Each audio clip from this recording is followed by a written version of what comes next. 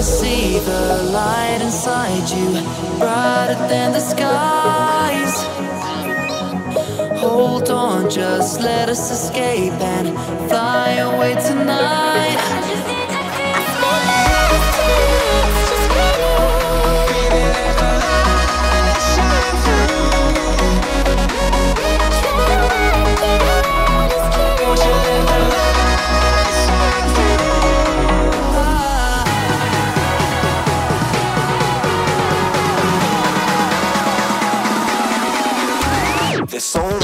Sa mga nagre-request dyan ng update review kay Honda PCX ABS version, ito na nga guys. So in this video guys, alamin natin yung updated price niya, maging yung kanyang specs, features, at syempre yung walkthrough na din natin itong isang to. Kaya naman tara, samahan yung ikutan ng motor na to.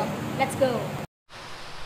So ito na nga guys, si Honda PCX 160 ABS version. So yung nasa harapan natin guys is yung color white na mayroong color black combination. So itong motor na to guys is goods na goods pang long ride, pang city driving, at pwede din dito pang araw-araw, no? Pang pasok sa trabaho, or kung gusto mo naman gamitin mo to pang pasok sa inyong school, no? Dito muna tayo sa front look. So dito sa front look guys, ayan, kitang-kita nyo naman modern yung design, naka-LED na po yung headlight niya, at kung mapapansin nyo, equipped na siya ng hazard lamp or hazard light. Ayan, nagblink. So umaga ngayon, napakalakas po ng buga ng ilaw niya, maging yung kanyang daytime running light guys. Yung nagustuhan ko dito sa PCX guys is yung kanyang window, no? Parang mayroon siyang tatlong window dito na mga LED light. Ayan, dagdag aesthetic sa motor na to. Ito kasi yung motor na to is napaka-elegant tingnan sa personal.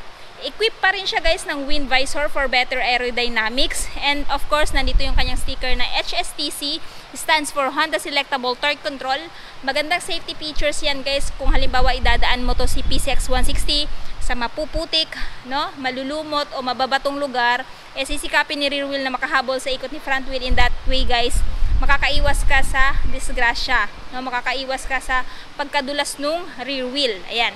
So dito tayo guys, ayan, dito naman is may nakalagay dito na sticker na ABS, stands for Anti-Lock Braking System. Safe na po yung braking system nyo guys pag halimbawa magsa-sudden brake kayo, hindi na po siya maglalak dahil equipped na po siya ng ganong safety features, no? So yan guys, siya po ay equipped pa rin ng single hydraulic disc brake, again with ABS na po. Telescopic fork suspension with dual path piston brake caliper, and kung mapapansin nyo guys, napakaganda po ng cast wheel nya, no? Napakaganda ng design, hindi siya yung typical na design na makikita mo palagi sa daan. Ayan. So ito pong motor na to guys is tubeless na din. So kung mapako to, hindi po siya basta-basta ma-flat. Siya po ay mayroong tire size na 110 by 70 by 14. Ayan po. And then pagdating naman dito sa kabilang side, so yan po yung itsura niya guys. Wala po kayong makikitang ibang sticker dito, kundi lang po is yung Honda at saka yung HSTC at saka yung ABS. And dito sa bandang gilid, ito po yung kanyang emblem na ang pangalan ay PCX. Dun po kasi dun sa standard version, silver po yung kulay niya dito. Pero yung ABS version guys is para siyang rose gold yung kulay. Ayan, makikita nyo po yung difference niya, at saka may sticker po siya ng HSTC, no? Tapos, pagdating naman dito, ayan, equipped na po siya ng fully digital instrument panel. So, yung kanyang digital instrument panel guys is naka-inverted, meaning instead na puti yung background, navy blue po, no? So yung information po meron dito is yung speedometer, ayan, fuel gauge, ayan, napakahaba, kita mo kung empty ka na. Tapos yung total ng tinakbo, may time na din, and syempre yung kanyang mga indicators guys, like hazard lamp indicator, off na natin to. Ayan. Tapos, may nakalagay dito na PCX. Ayan, meron talaga siyang pride of ownership. Tapos, may dalawang button dito guys, like select at saka set. Pindutin natin itong select. Ayan, trip. HSTC, total nung tinakbo.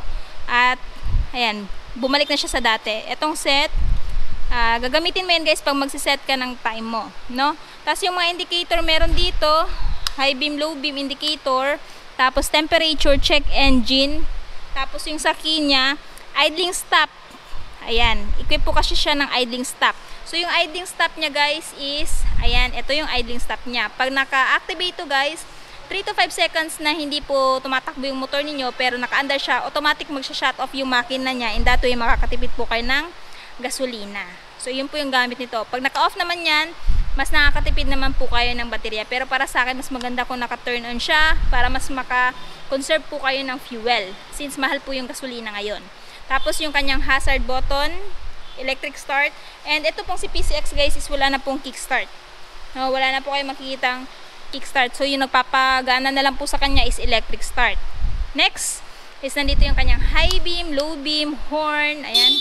Yan po yung horn niya guys. Turn signal switch off.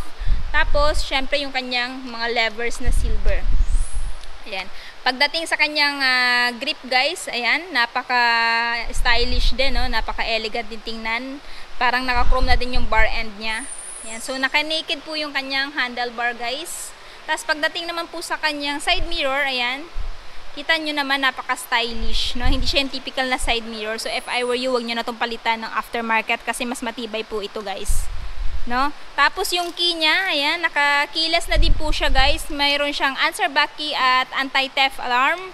So anyway, nakapag-drive na po ako ng PCX 160 sa Manila nung pinihiram po tayo ni Honda Philippines Incorporated. So masasabi ko talagang napaganda po nito sa long ride, no? Tsaka napaka-smooth ng takbo. So, ayan, pagdating sa fuel tank niya guys, nandito po yung bukasan. Yan, since nakakilas siya. Bukasan po to ng seat at saka fuel. So, ito po yung fuel niya. Ayan, no? So, ilalagay ko na lang po sa screen yung kanyang fuel tank capacity at average fuel consumption. Tapos, may lagayan po kayo ng cup ng fuel niya dito. Ayan. Kapag halimbawa, papagasolina kayo. Ayan. Ayan. Lagyan natin to. Tapos, dito naman sa seat. Ayan. Pero before ang lahat, pagdating sa seat guys, ayan, napaka-generous na. So sa long ride, hindi na po masyado sasakit yung puwet nyo dito. Anyway, nakatutone siya guys. Iba po yung design sa OBR, no? Iba din po yung design dito sa upuan ng driver. So ayan, napaka-premium guys, naka-stitches yan. So maganda po talaga yung pagkakagawa, no? Sa akin, goods na goods yan. And pagdating naman sa kanyang under seat storage, check natin. Ayan, no? Same po sila ni ADB 160.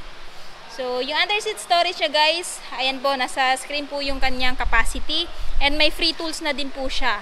So, kung hindi pa rin po ito enough, no, na storage para sa inyo, marami mo nakitang PCX 160 na naka-top box na din. So, ayan guys, bagay na bagay ito pang long ride Philippine Loop Endurance, no? Highly recommended. Tapos, pwede nyo mapaglagyan ng mga iba pa nyo pang gamit, no? Kung mahilig po talaga kayong mag-rides. Ayan, balik na natin to. And pansin ko lang din guys, dito, maganda din yung pagkakalagay ng matting niya dito sa kanyang footboard. Rubberized yan guys. So, pag halimbawa nilagay nyo yung paa nyo dito, komportable po. Tapos meron din siyang option for cruising style or touring style. Para pag halimbawa maglo-long ride kayo, hindi kayo masyado mangawit sa upright sitting position nyo. Pwede nyo na pong iunat yung paa nyo para hindi po masyado mangawit. Sa kanyang tambucho naman, equip na din po siya ng heat guard para hindi po mapaso ikaw or yung angkas mo. Plastic at syempre merong silver na end cap. Tapos, syempre, pagdating naman sa mga lubak, hindi na po kayo mangangamba na masyadong matagtag. Dahil po, napakaganda po ng plane na suspension niya. Smooth na lang po yung pagkaka-plane nito, no? Naka-dual shock, unit swing suspension po siya. And of course, meron na din siyang tire hugger dito para po, ayan, safe na safe po yung legs na angkas nyo na hindi masyadong maabot ng putik-putik. Ayan. So, braking system na ginamit is single hydraulic disc brake with dual path piston brake caliper. And pagdating naman sa tire guys, tubeless pa rin at siya po ay may brand na IRC na may sukat na, ayan, 130 by 70 by 13. Ayan, so malaki po yung gulong niya sa likod. So sa cornering, pag na-braking nyo po ito, napakakapit na lang din po nito, no? Hindi na po masyado madulas kasi IRC po yung brand. So, i-check natin yung taillight niya guys. So, sa taillight niya, ayan guys. So, kitang-kita nyo naman napakaganda po ng brake light niya, no? Tapos yung turn signal light, naka-LED na po lahat yan guys. Naka-reflectorize na din for added visibility during your night ride. And syempre, yung napakahaba niyang rear fender para po sa mga putik-putik na hindi po madaling tumama sa legs or paa ng angkas mo or paa nyo. So, dito tayo guys, kabilang gilid. Ayan. So, ayan guys, naka ESP Plus na din po siya or Enhanced Smart Power. So, nandito po nakalagay yung panggilid. Yung center stand, yung side stand is equipped na po ng side stand switch na kung saan pag binaba nyo to at umaandar, mag-off po yung makina ng motor na to. Dagdag safety features na nilagay ni Honda dito kay PCX 160. And isa pa guys, yung nagustuhan ko din dito kay PCX 160, pagdating sa apakan ng angkas guys or sa foot peg, hindi mo akalaing meron siyang foot peg dito. Akalain mo design lang to pero hindi po. Foot peg po siya, no? Ayan.